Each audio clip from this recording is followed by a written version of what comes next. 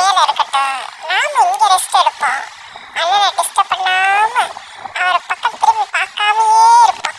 அவரா பார்த்துட்டு கேட்டா என்னன்னு பதில் சொல்லுவோம். பாக்குறாரு கேட்பாரு, என்ன சொல்றது? அடே ஜிம்மி, இங்க என்னடா பண்ணிக்கிட்டு இருக்க? வந்து அமைதியா உட்காந்துருக்க. ஏரியாவில் ஏதாவது பிரச்சனையா? எவனு உன்னை அடிச்சானா? சொல்லுடா ஜாக்கி, என்கிட்ட பின்னி பெடல் எடுத்துருவோம். என்னடா அப்படி உட்காந்துக்கிட்டு இருக்க? உம்முன்னு எதையாவது பேசுடா. சும்மா உட்காந்துருக்கேன். வந்தவங்களை பார்ப்போம்னு பார்த்துட்டு படுக்கிறேன்.